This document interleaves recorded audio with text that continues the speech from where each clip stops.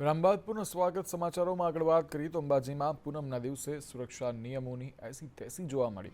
સુરક્ષા છતાં મંદિરના પરિસર સુધી મોબાઈલ પહોંચ્યા. ઝેડ કેટેગરીમાં આવતા મંદિરની સુરક્ષામાં મોટી ચૂક જોવા મળી. અંબાજી મંદિરનો ચાચર ચોક સેલ્ફી પોઈન્ટ બની ગયો છે. મોટી સંખ્યામાં ભક્તો મંદિરમાં મોબાઈલ સાથે જોવા મળ્યા છે. ઘણા ભક્તો રીલ્સ બનાવતા પણ નજરે પડ્યા. ત્યારે અંબાજી મંદિરના તમામ ગેટ ઉપર મેટલ ડિટેક્ટર, મંદિરમાં પોલીસ, બોર્ડર વિંગ, GISFS ની સુરક્ષા જે છે તે પણ જોવા મળે છે. આટલી સુરક્ષા હોવા છતાં મોબાઈલ સાથે લોકો કઈ રીતે અંદર પહોંચી રહ્યા છે?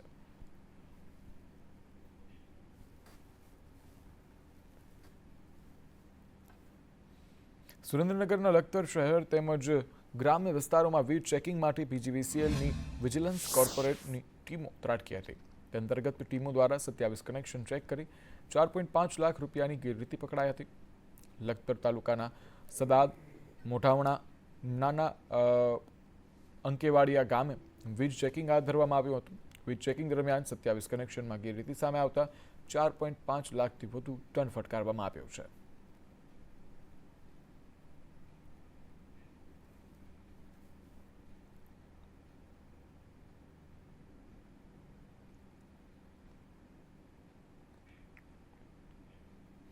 વડોદરા ક્રાઇમ બ્રાન્ચે કાર ચોરીના માસ્ટર માઇન્ડ ટોળકીને ઝડપી પાડી છે. આ ટોળકીએ 149 ઇકો કારની ચોરી કરી હોવાની કબૂલાત કરી છે. આ ગુનામાં પૂનાના એક તબીબ સહિત 3 આરોપીઓ ઝડપાયા છે. પોલીસ તપાસમાં અમદાવાદ અને વડોદરામાં કારની ચોરી કરતા હોવાનું સામે આવ્યું છે.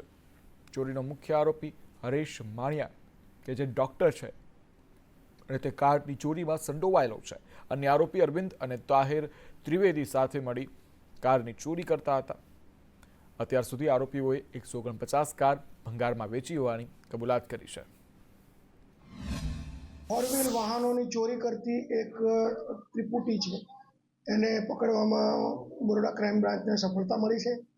એમાં 2 ભાઈઓ છે, જેમાં એકનું નામ છે હરેશભાઈ દુલાભાઈ માણિયા અને એના બીજા નાના ભાઈ છે અરવિંદભાઈ દુલાભાઈ માણિયા અને ત્રીજા છે તાહિર અનવર હુસેન ત્રિવેદી. આ 3 ઈસમોને અમે પકડી પાડ્યા છે. એની પાસેથી અમને ટોટલ 7 લાખનો મુદ્દામાલ મળ્યો છે. 2 ફોર વ્હીલ વાહન, મોબાઈલ, રોકડ રકમ મળીને. અને રાવપુરા પોલીસ સ્ટેશનના 2 ગુના અને કારેલીબાગનો 1 ગુનો, જે ઇકો વાહન ચોરીના ગુના છે, એ આમાં ડિટેક્ટ થયા છે. ફેન્સિંગ સહાય યોજનાનું પોર્ટલ ગણતરીની મિનિટોમાં જ ઠપ થઈ ગયું. ખેડૂતોના પાક રક્ષણ સહાય માટે પોર્ટલ શરૂ થયું હતું. 10:30 વાગ્યે શરૂ થયેલું પોર્ટલ 2 મિનિટમાં જ બંધ થઈ ગયું. 18 તારીખ સુધી પોર્ટલ ચલાવવા ખેડૂતોની હાલ હવે માંગ છે.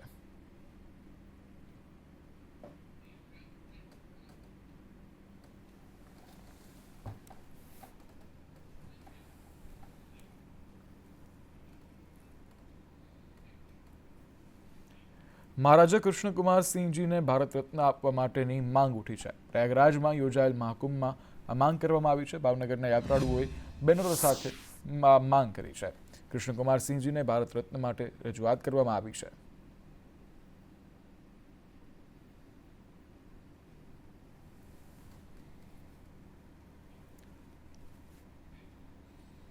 શક્તિપીઠ અંબાજી લાખો કરોડો લોકોના આસ્થાનું કેન્દ્ર છે. અંબાજીના 3 દિવસના પરિક્રમા મહોત્સવમાં ભક્તોનો સાગર ઉમટ્યો હતો. પરિક્રમા મહોત્સવના અંતિમ દિવસે દેશના જાણીતા સિંગર અને મ્યુઝિક ડાયરેક્ટર અમિત ત્રિવેદીએ પત્ની સાથે માતાજીના દર્શન કર્યા. તેમણે જણાવ્યું હતું કે હું અંબાજી અવારનવાર આવું છું. પરિક્રમા મહોત્સવના અંતિમ દિવસે મધ્યપ્રદેશના રાજવૈદ્ય મહંત સોમેશ્વર ગિરિજી પણ ત્યાં પહોંચ્યા હતા અને માની સામે પોતાનું શિર ઝુકાવ્યું હતું. मैं हर साल मेरी एनिवर्सरी के दिन यहाँ पे आता हूँ, मैं और मेरी बीवी। हमारी आज 12 तारीख को हमारी शादी हुई थी 17 साल पहले। तो हमने सोचा कि हम अपनी एनिवर्सरी हर बार माता जी के साथ बिताएंगे और हर बार हम यहाँ पे आते हैं।